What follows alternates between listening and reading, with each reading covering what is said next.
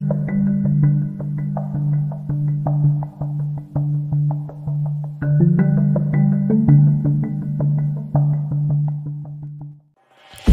दिन भी खाड़ी के समंदर में रेड बक्स की तलाश जोरों शोर से जारी रही।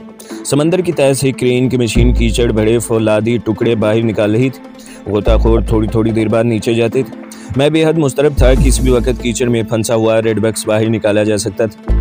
इस रोज 2 घंटे तक काम जारी रहा और गोताखोरों ने दूसरे रोज के लिए काम मुलतवी कर दिया। ये बड़ा जान जोखों का काम था और पानी में उतरकर कीचड़ को खंगालने में काफ़ी मेहनत करनी पड़ती थी। ज़्यादा देर तक गोताखोर समंदर में रह भी नहीं सकते थे। मैंने इस रोज़ के लिए खुदा का शुक्र अदा किया और दोपहर को खाना खाने अपने होटल में आकर सोचने लगा कि मुझे क्या लाया अमल इख्तियार करना चाहिए। वक्त गुजरता जा रहा था, मेरे पास ज़्यादा वक्त नहीं था। मुझे जो कुछ भी करना था जल्दी ही करना था। समझ में कुछ नहीं आ रहा था। सोच के आसमान पर धुंध छा रही थी। कोई मंसूबा वाज़े और साफ होकर सामने नहीं आ रहा था। जब मेरे जहन में कोई तरकीब ना आई तो तंग आकर मैंने फैसला कर लिया कि किसी गोताखोर से राब्ता पैदा कीजिए, इसे भारी रिश्वत की पेशकश करके अपने साथ मिलाने की कोशिश करूं। अगर वो राज़ी हो गया तो फिर रुपयों का बंदोबस्त कर लूँगा। वक्त बेहद कम था, किसी भी वक्त हो सकता था। रेड बक्स की तलवार जो मेरे सर पर लटक रही थी, अब इसकी नोक मेरे सर को छूने लगी थी। मैंने गोताखोरों की शक्लें अपनी आंखों के सामने लानी शुरू कर दी। इनमें एक मरहटा था, बड़ा खामोश, तबाह और कमज़ोर सा था। ये मेरे दाम में फंस सकता था। दूसरे दिन सुबह 10 बजे काम शुरू होना था। मैं दिल में नया मंसूबा लिए बंदरगाह पर पहुंच गया। मिस्टर व्यास और जीटी ऑफिसर वहां पहले से मौजूद थे। हम स्टीमर में बैठकर क्रेन वाले बड़े ट्रायलर पर आ गए। गोताखोर समंदर में गोता लगाने की तैयारियां कर रहे थे। क्रेन का कुंडा समंदर में गिरा दिया गया था। मैं और मिस्टर व्यास और जीटी ऑफिसर लोहे की कुर्सियों पर बैठ गए। मेरी निगाह इस मरहटे गोताखोर पर जमी हुई थी जिस पर मुझे अपना जाल फेंकना था। ये कमज़ोर सा मरहटा गोताखोर अपने एक साथी की मदद से चेहरे पर ऑक्सीजन मास्क चढ़ा रहा था। इस वक्त कोई बात करने का सवाल ही पैदा नहीं होता था। मैंने सोचा कि जब काम से फारिग हो जाएगा तो इसके क्वार्टर पर जाकर मुलाकात करूंगा और इसे वहां से निकालकर किसी गुमनाम जगह पर ले जाकर बड़े तरीके से इसके दिल को टटोलूंगा। मैंने इसे 1 लाख रुपए रिश्वत देने का फैसला किया था। दिल्ली वाले बैंक में मेरे हिसाब में 15,000 रुपए जमा थे। वो मैं इसकी पांडिचेरी वाली शाख से निकलवा कर इसे पेशगी अदा कर सकता था। मेरे देखते ही देखते 2 गोताखोर समंदर में उतर गए। इनमें मेरा टारगेट यानी मरहटा गोताखोर भी था। मिस्टर व्यास कहने लगा, अगर आज हम अपनी मिशन में कामयाब न हुए तो मुझे बम्बई से दूसरे गोताखोर मंगवाने पड़ेंगे। वो लोग बाहर के तरबियत याफ्ता हैं। मैंने कहा, भगवान ने चाहा तो आज हमें रेड बक्स ज़रूर मिल जाएगा। मैंने ये बात बादल नखास्ता कही थी, मगर शायद वो कबूल दुआ की घड़ी थी। अचानक क्रेन वाली रस्सी ज़ोर ज़ोर से हिली। क्रेन ने काम शुरू कर दिया। इसके साथ ही दोनों गोताखोर पानी से बाहर आ गए। ट्रायलर पर आते ही उन्होंने मास्क उतारा और हाँफते हुए इनमें से एक बोला, रेड बक्स मिल गया। मेरे पाँव के नीचे से ट्रायलर का जैसे तख्ता निकल गया हो। मैंने लोहे की कुर्सी के बाजुओं को मजबूती से पकड़ लिया। मेरे हाथ पाँव ठंडे हो गए थे। मिस्टर व्यास खुशी से उछल पड़ा। जेटी ऑफिसर भी उठकर खड़ा हो गया। इतने में क्रेन की जंजीर के साथ बंधा हुआ लोहे का एक जालीदार थैला समंदर से बाहर निकाला, जिसके अंदर क्रिकेट की गेंद से दुगनी साइज का एक सुरख गोला पड़ा था। यही रेड बक्स था, यानी मेरी मौत का परवाना। मुझे यूँ लगा जैसे एक ज़बरदस्त ताकतवर टाइम बम है जो मेरी जिस्म के साथ बांध दिया जाएगा और फिर वो फटकर मेरे जिस्म के पुर्जे उड़ा देगा। मिस्टर व्यास और जेटी ऑफिसर के साथ मुझे भी रेड बक्स मिल जाने की खुशी में मुसर्रत का इजहार करना पड़ा। मिस्टर व्यास ने जेटी ऑफिसर से कहकर इसी वक्त स्पेशल सिक्योरिटी स्क्वाड को वहां मंगवा लिया और इनकी हिफाजत में रेड बक्स को प्लास्टिक के लिफाफे में बंद करके पहले बंदरगाह की सिक्योरिटी ऑफिस में पहुंचाया। हम भी इसके साथ। सफ़ेद प्लास्टिक के लिफाफे में से रेड बक्स का सुरख एक सुरख अंगारे की तरह मुझे घूर रहा था। यहाँ मिस्टर व्यास ने अपनी निगरानी में रेड बक्स को चमड़े की थैली में बंद करके इस पर लाख की मोहर लगाई और कहा कि ये रेड बक्स मेरे रेस्ट वॉच वाले कमरे में रहेगा। कल मैं इसे लेकर मद्रास रवाना हो जाऊंगा, जहां इसके अंदर मौजूद फिल्म की स्क्रीनिंग होगी।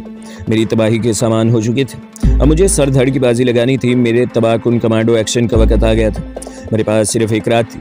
इस एक रात में मेरी ज़िंदगी या मौत का फैसला हो जाना था। रूसी मुशीर वमेज़ी भी रेड बक्स की बाजियाबी का सुनकर वहाँ आ गया। वो भी बहुत खुश था। रेड बक्स के थैले को हिफाजती मुसल्ले गार्ड की निगरानी में रेस्ट हाउस में पहुँचा दिया गया। मिस्टर व्यास ने थैले को लोहे की अलमारी में सबके सामने रखा और फिर ताला लगाकर चाबी अपने बटुए में रख ली। रूसी मुशीर ने मिस्टर व्यास को मशवरा दिया कि रेड बक्स के थैले को किसी बैंक के लॉकर में रखवा देना ज़्यादा मुनासिब रहेगा।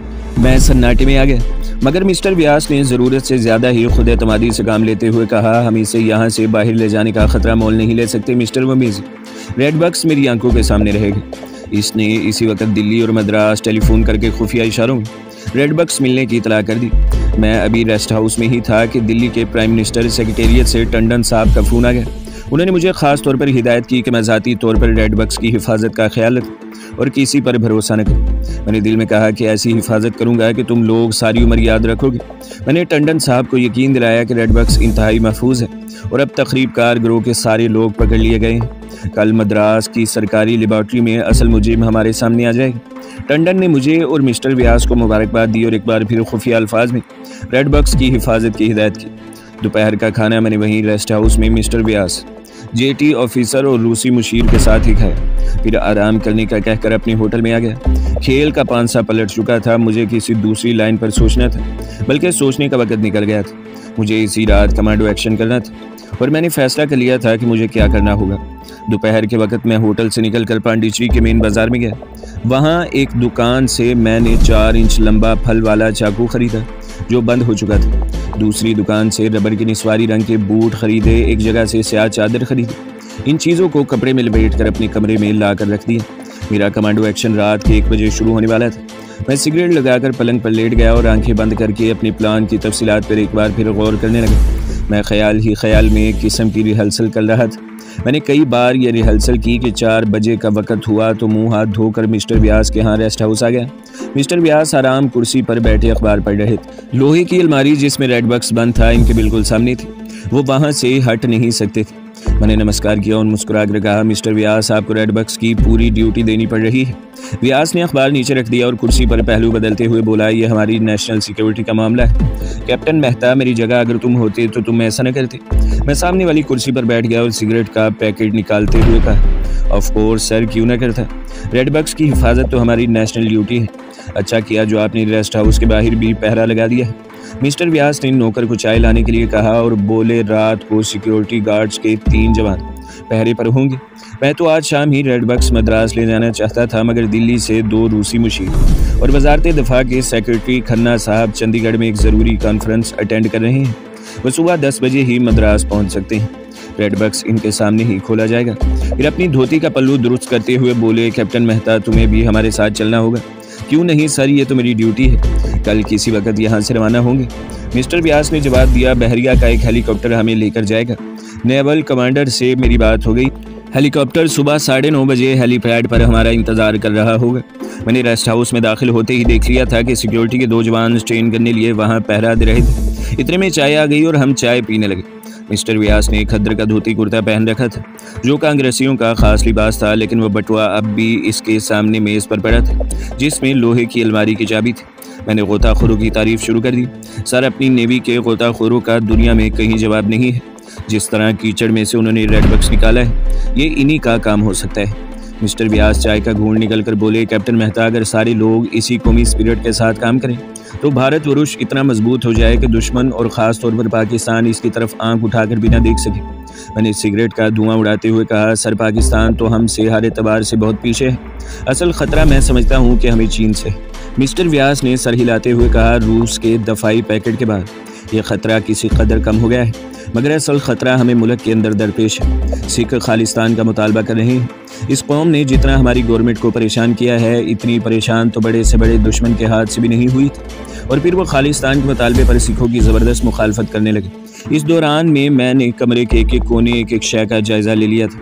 मिस्टर व्यास से गुफ्तगू करते हुए मैंने ये बात ख़ास तौर पर नोट की थी कि वो किसी वक्त मुझे अपनी मकनातीसी नज़रों से टिकटिकी बांध कर तकने लगते थे। कभी सोचता कि हो सकता है उन्हें मुझ पर शक हो गया हो, कभी ख्याल आता है कि नहीं, शक करने का बज़ाहिर कोई इम्कान नहीं, लेकिन कुछ भी हो सकता था। आखिरी आदमी शिवराष्ट्र का एक तजर्बेकार इंटेलिजेंस ऑफिसर था, मगर मैंने अपने चेहरे पर इस किस्म के तासुर की एक हल्की सी झलकी भी नहीं आने दी थी कि जिससे जाहिर होता कि मैं इसकी नज़रों से बौखला गया हूँ। मैं बड़े नॉर्मल और पुरजोश अंदाज में हिंदुस्तान की बर्री बहरी और हवाई फ़ौज की तारीफ़ें कर रहा था। मैंने अलमारी की तरफ इशारा करके कहा, मैं समझता हूँ सर कि इसकी चाबी आपको बैंक के लॉकर में रखवा देनी चाहिए। मिस्टर व्यास ने मुस्कुराते हुए कहा, कैप्टन मेहता, मेरी सारी उम्र इंटेलिजेंस में गुजरी है। मैं इस किस्म की चीज़ों की हिफाजत करना खूब जानता हूँ। चाबी इस बटुए में मेरी आंखों के सामने है और रात को मेरी सदरी की जेब में मेरे साथ ही रहेगी। मैं यही मालूम करना चाहता था कि रात को चाबी ये इंटेलिजेंस अफसर कहाँ रखेगा। मैंने हंस कर कहा, सर, आपके वसी तजुर्बे के आगे तो हम कुछ भी नहीं हैं। हमें तो आपसे अभी बहुत कुछ सीखना है। मिस्टर व्यास फूल गए। अपनी तारीफ सुनकर बड़े खुश हुए, फिर एकदम संजीदा होकर मुझे घूरते हुए बोले, मगर तुम चाबी के बारे में इतने परेशान क्यों हो?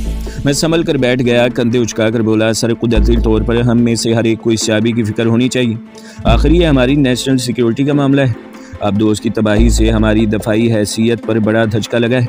हम इस तकरीबी कार्रवाई के असल मुजरिमों को पकड़ना चाहते हैं और सबूत इस रेड बक्स में है, जिसकी हिफाजत के सिलसिले में मेरी, आपकी, हम सब की परेशानी और तजस्सुस बजा है। मिस्टर व्यास दूसरे लम्हे मुस्कुराए और बोले, अरे मिस्टर, तुम फिक्र क्यों करते हो? यहाँ इस कदर पहरा है कि चिड़िया भी पर नहीं मार सकती। हाँ, तुम कल सुबह सुबह ही मेरे पास आ जाना। नाश्ता हम इकट्ठे ही करेंगे, इस रोज़ की तरह भूल ना जाना। मैंने उठते हुए कहा, हरगिज़ नहीं सर, वैसे मैं आज इस रोज़ हाजिर न हो सका, इसके लिए एक बार फिर माजरत चाहता हूँ।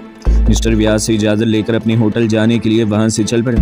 मिस्टर व्यास के कमरे तक सामने की जानिब बरामदे के बाएं तरफ से एक लकड़ी का जीना ऊपर जाता था। आके छोटा सलान था। यहाँ 2 मुसल्ले सिपाही स्टेन करने लिए चाकू चुबंद खड़े पहरा दे रहे थे। मैं खामोशी से इनके करीब से गुजर गया। ये दुबले पतले मद्रासी सिपाही थे, मगर बड़ी मुस्तैदी से पहरे पर खड़े थे। इन्हें ऐसा ही करना चाहिए था। नेवल रेस्ट हाउस से मेरे होटल तक का रास्ता बमुश्किल 1 फरलांग होगा। ये रास्ता एक छोटी सी कच्ची सड़क की शक्ल में था, जिसकी एक जानिब घास का मैदान था और दूसरी जानिब बहरिया के माल गोदाम की लंबी दीवार थी, जिसके आगे कांटेदार तारों की दीवार खींची हुई थी। मैदान की जानिब नारियल और ताड़ के दरख्त इस कच्चे रास्ते पर झुके हुए थे। आगे जाकर यह कच्ची सड़क पक्की सड़क से जा मिलती थी, जिसकी परली तरफ इमारतों की कतारों में वो होटल था जहां मैं रहता था। वापसी पर मैं सारे रास्ते एक एक जगह को बगौर देखता आया था।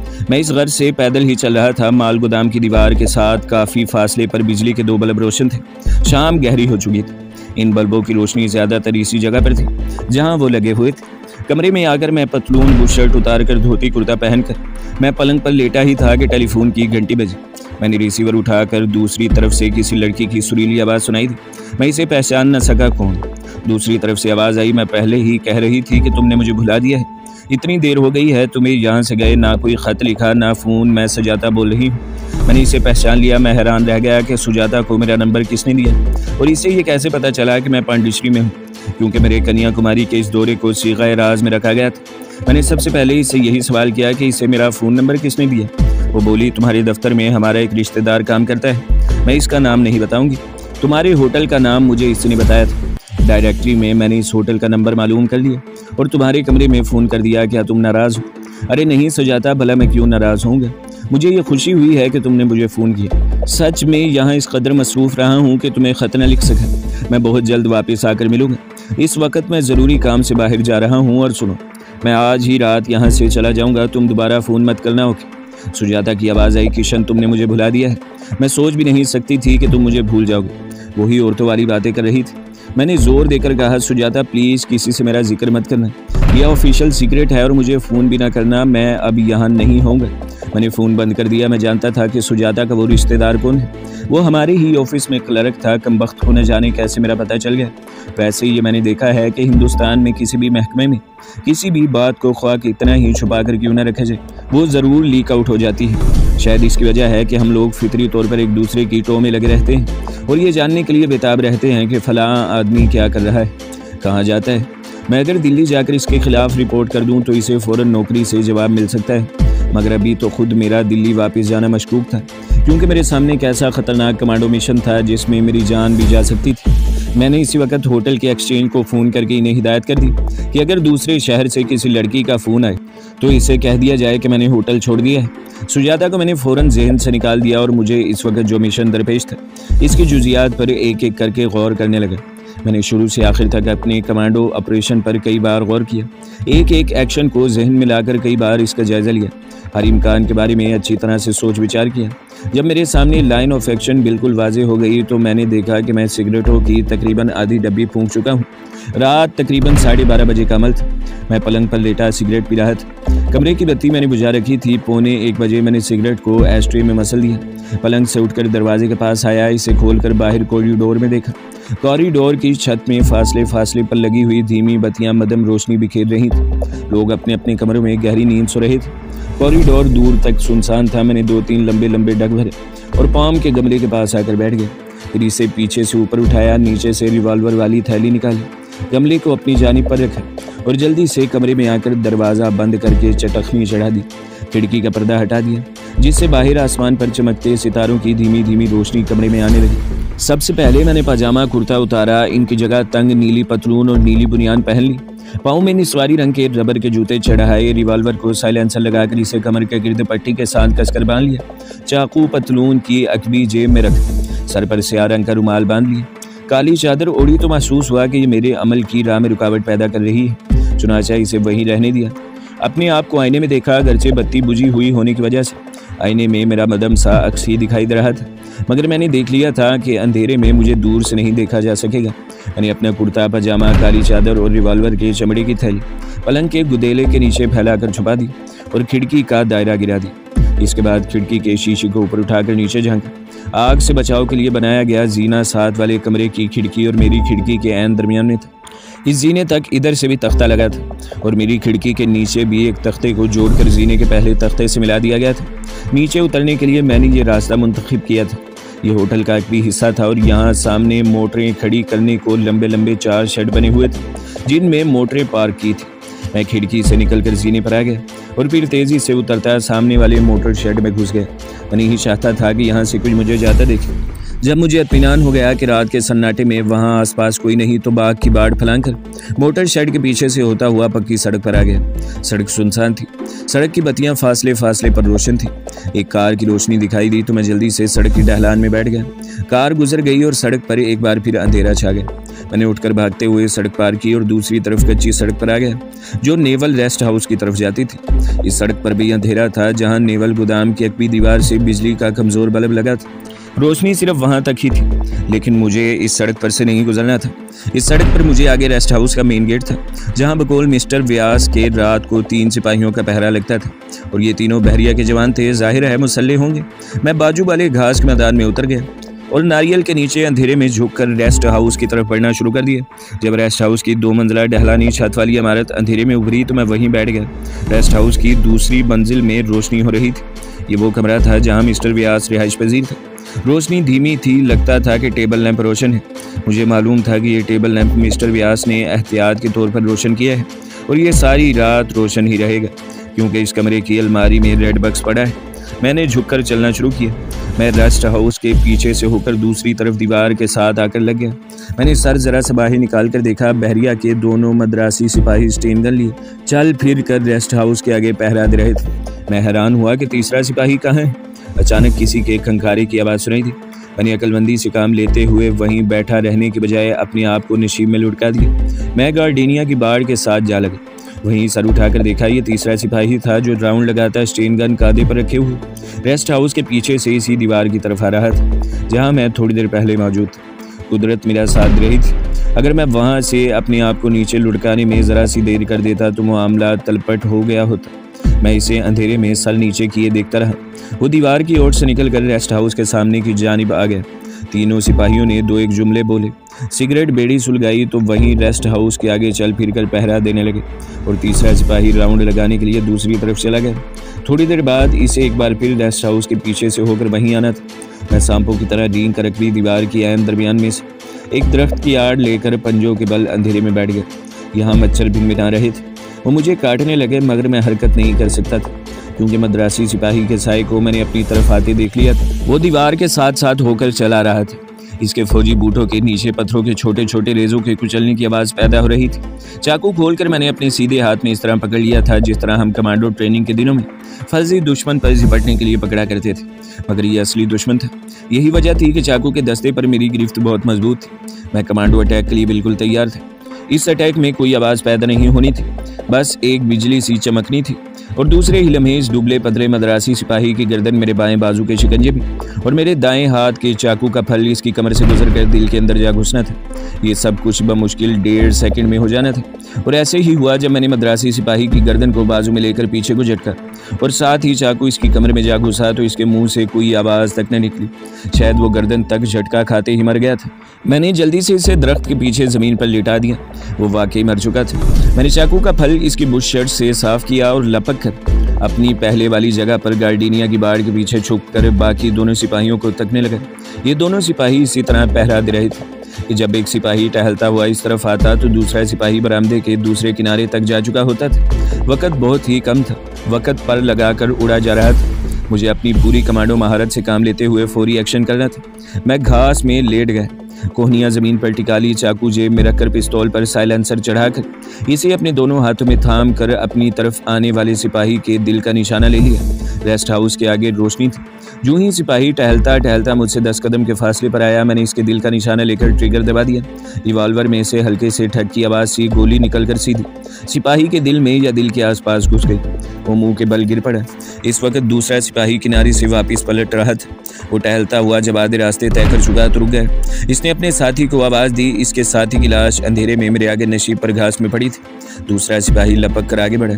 मेरी दूसरी गोली बिल्कुल तैयार थी। जो ही वो मेरी रेंज में है, मैंने अपना ट्रिगर दबा दिया। एक सिपाही की हलक से हल्की सी आवाज़ निकली और वह गिर पड़ा। मैंने उछल कर अपना आप इस पर गिरा दिया। इसकी गर्दन को दबाने लगा।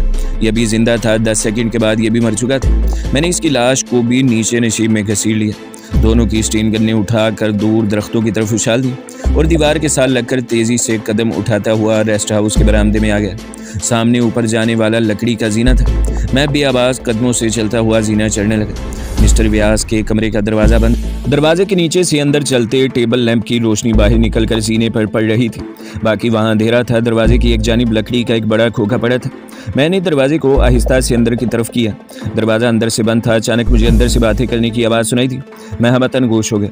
यह अंदर मिस्टर व्यास किससे बातें कर रहा है। दूसरे ही लम्हे मुझ पर यह इंकशाफ हुआ कि अंदर एक औरत भी है जिससे मिस्टर व्यास बातें कर रहा है। ये औरत कौन हो सकती है? जो कोई भी हो, इस औरत की वजह से मेरे मिशन के नाकाम होने का शदीद खतरा था, जो मैं किसी हालत में बर्दाश्त नहीं कर सकता था। नीचे से किसी गाड़ी के आकर खड़े होने की आवाज़ आई तो मैं तेज़ी से पलटकर लकड़ी के खोखे के पीछे छुप गया। या खुदाया, ये क्या हो रहा है? कहीं सचमुच पांसा तो नहीं पलट जाएगा? अगर ऐसा हुआ तो मैं मरूंगा ही, मगर यहाँ किसी को जिंदा नहीं छोड़ूंगा। गाड़ी से कोई उतर कर ऊपर नहीं आया था। मेरा जिस्म पसीने से शराबूर हो गया। कमरे से मिस्टर व्यास और औरत की बातें करने की आवाज़ बंद दरवाजे के करीब आती गई। फिर दरवाज़ा खुला। जीने के सामने वाला हिस्सा रोशन हो गया। मैंने गैर शऊरी तौर पर अपना सर नीचे कर लिया। मिस्टर व्यास की आवाज़ आई, मैं तो नहीं चाहता था कि तुम इस वक्त वापस जाओ, मगर मेरी मजबूरी है। तुम इसे माइंड मत करना। तो दोस्तों, अगली किस्त सुनने के लिए हमारे चैनल को सब्सक्राइब करें, वीडियो को लाइक करें और बेल के आइकन को भी दबा दें ताकि हर जो आने वाली वीडियो है वो आपको सबसे पहले मिलती रहे।